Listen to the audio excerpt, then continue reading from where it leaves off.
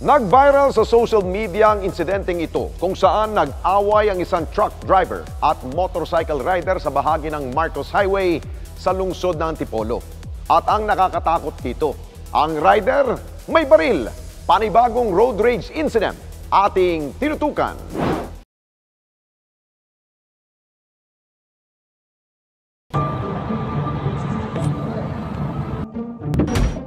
Ito ang video na kuha ng isang lalaki. Hawak ang isang baril habang kinokompronta ang nakaalitang driver sa bahagi ng Zigzag Road sa lungsod ng Antipolo na nag-viral kamakailan sa social media at umani ng iba't ibang reaksyon online. Makikita ang lalaking ito na naka-helmet na sumugod at kinakalampag ang isang truck habang may hawak na baril. Nang hindi pagbuksan, nagtungo ito sa kanyang motorsiklo na nakaparada sa harap mismo ng nasabing truck habang tila may tinatawagan sa kanyang cellphone. Agaw pansin ang baril na hawak nito sa kanang bahagi ng kanyang kamay. Habang pabalik-balik na kinakatok ang truck driver. Bagamat na takedown o wala nang nasabing pose, marami pa rin ang nakapanood at nakakita ng nasabing viral video. Dahilan para mangambang karamihan sa panibago na namang away kalsada. Natukoy ang pagkakinanlan na lalaki sa video. Isang patrolman na nakatalaga sa Morong Police Station sa lalawigan ng Rizal. Ayon kay Police Major Rosalino Panlaki, ilang araw pang lumipas matapos ang insidente bago nakarating sa kanila ang nag-viral na video. Nung na-confirm natin po sa video, sa kumalat na video po na siya ay talagang kasamahan natin dito sa Morong Municipal Police Station, agad po natin siyang ipinatawag and then inisyuhan ng explanation letter as part ng ating SOP para maipaliwanag niya anong side niya doon sa nangyari. And then action taken pa rin natin po is kunin kaagad natin yung kanyang issued firearm. Kinumpirma niyang under investigation ang nasabing pulis na nakatalaga sa intelligence unit ng kanilang istasyon at mapapatawa ng karampatang parusang administratibo. Nakita naman ng lahat na yung pagbunot niya ng baril doon sa driver ng ano. Although sa kanyang explanation letter, sinabi niya na may nag-trigger sa kanya kung bakit niya ginawa yun. Pero as police officers kasi we are trained na dapat we should observe maximum tolerance at all times. And then while ongoing investigation, inilagay po natin siya sa restrictive custody. Batay sa pahayag na nasabing patrolman, nagawa niyang komprontahin ang truck driver dahil ginit-git umano siya at muntikang pang masagi. Pero lahat ng kanyang akusasyon sa truck driver, wala namang ebidensya. Sa kabila nito, binigyang diin ni Major Panlaki na hindi pa rin ito dahilan para maglabas ang armas ang isang pulis. Nganin yung kanyang buhay, noong muntik na siyang masabitan nung nag-overtake daw sa kanya yung truck sa may Zigzag Road ng Antipolo Teresa Road. Tapos nung kinompronta daw niya yung sa may passenger side, hindi daw siya pinansin. Sabi daw sa kanya nga kung ano bang problema mo? Lagpasan niya yung truck, tumigil siya sa harapan, pero nung nakita niya na hindi titigil si truck, umabante ulit siya doon sa pangalawang pagtigil niya doon sa harapan ng truck. That's the time daw na bumunot siya ng baril. Yun yung kanyang explanation. Siguro sabi niya, kaya niya binunot na yung kanyang baril dahil para hindi siya tangkain na sagasaan naman ng truck. Ayon pa kay Panlaki, nagkausap ang pulis at driver sa Teresa Police Station matapos ang insidente. At bagamat nagkasundo dalawang kampo, kinausap at hiningan pa rin ito ng salaysay para masuportahan ang gagawing investigasyon laban sa nasabing patrolman.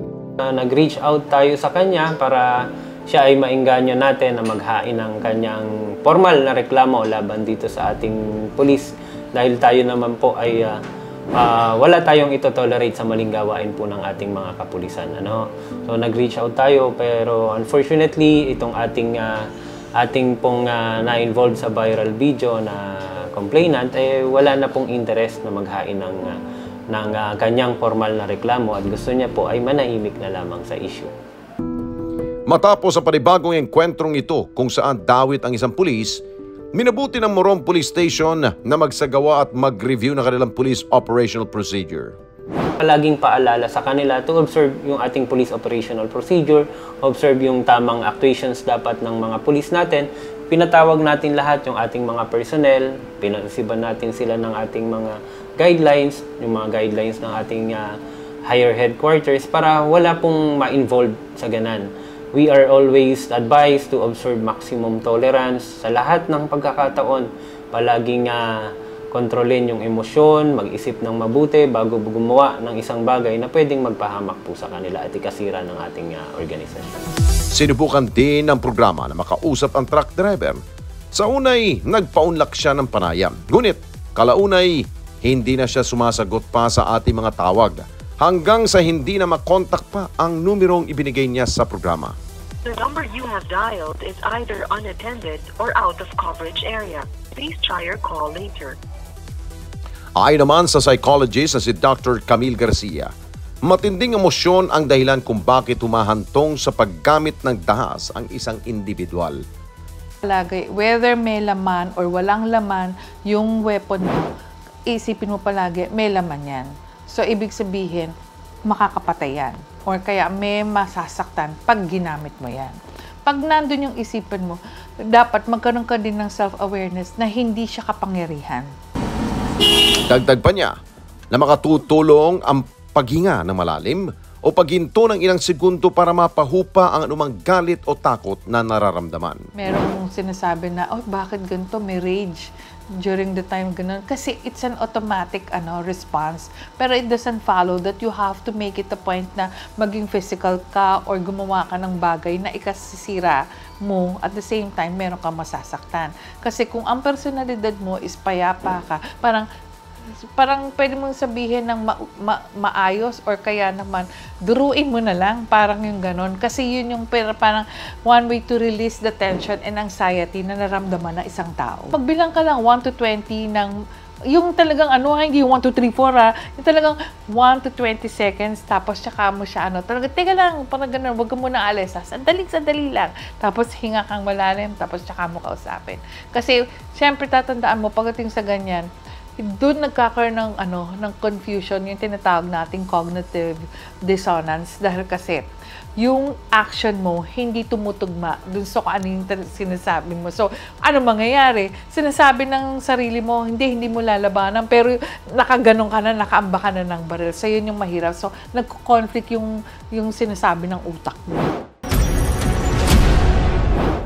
Para naman kay Norman Cabrera, Secretary General ng grupong Gunless Society of the Philippines, iginigit nilang muling bisitahin ang mga batas na sumasaklaw sa pagmamay-ari o paggamit ng baril, lalo na sa mga sibilyan.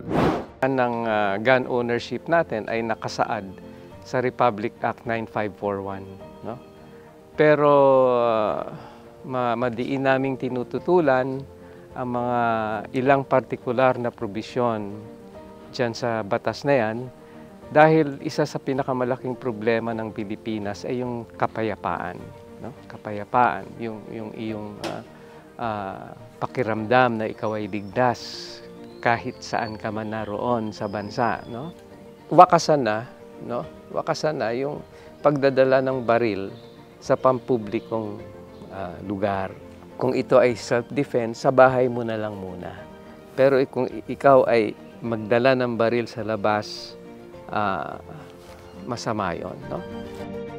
Paliwanag niya, maging payapa ang mga komunidad kung naisasaayos ang implementasyon at edukasyon ukol sa paggamit ng baril. Mga ganitong pangyayari, no, ay nakaangkla sa isang hindi magandang batas, yung mga resulta niyan magiging ganyan. Yung mindset ng sino man na makaka-experience ng ganyang kalagayan at sino mang makakaalam ng ganyang experience ay isa-isip na mukhang may mali sa batas ng ating bayan tungkol dito sa mga baril na ito. Pag-aralan mo. Panawagan naman ni Police Major Panlaki na anumang insidente na kinasasangkutan ninuman, lalo't higit ng kanilang mga tauhan, i-report agad sa kanilang tanggapan nang sa gayon maayos sila ito sa legal na pamaraan. at hindi lamang basta sa social media. Patuloy na magtiwala sa inyong kapulisan. Kung meron po kayong na-involved na mga ganang insidente, instead of posting it yan sa mga social media, ang tanging makakatulong po sa inyo is yung law enforcement agency na nakakasakop po doon sa inyong lugar. Kung meron po kayong mga ganyang karanasan, yung ating pong mga hotline numbers, yung ating pong bawat bayan, meron pong mga police station. Kung kayo po ay talagang na-involve sa ganan, at again, lumapit po kayo kaagad sa inyong mga kapulisan para po kayo ay matulungan at makakaasa po kayo na wala naman pong ito-tolerate ang pamunuan ng PNP sa mga maling gawain po sa aming hanap. Sa pagmamaneho, hindi emosyon ang dapat pairalin, kundi tala sa mata at obserbasyon sa inyong paligid. Ride safe palagi upang maiwasan ang anumang sakuna o disgrasya para walang buhay ang malagay sa peligro. Mga karesponde natin dito sa Net25, umabot na po ng 1 million subscribers ang ating YouTube channel. Kaya naman, masaya kami na ibahagi sa inyo na natanggap na natin ang YouTube Gold Play button. Dahil po yan sa walang sawa ninyong pagtangkilik sa mga programa ng Net25, lalong-lalo na po sa Responde Mata ng Mamamayan. Kaya naman, congratulations po sa ating lahat. Keep on sharing, mga karesponde. Gawin nating viral ang bawat content natin ng pagtulong at pagresponde sa higit na nangangailangan. Maraming salamat po sa inyong lahat. Mga kababayan, salamat po sa inyong pong pagsubaybay sa Responde Mata ng Mamamayan. Para mapanood pa ang iba pa naming pagresponde sa ating mga kababayan, i-click lamang ang subscribe button at i-follow lamang ang Net25 social media pages at Net25 TV.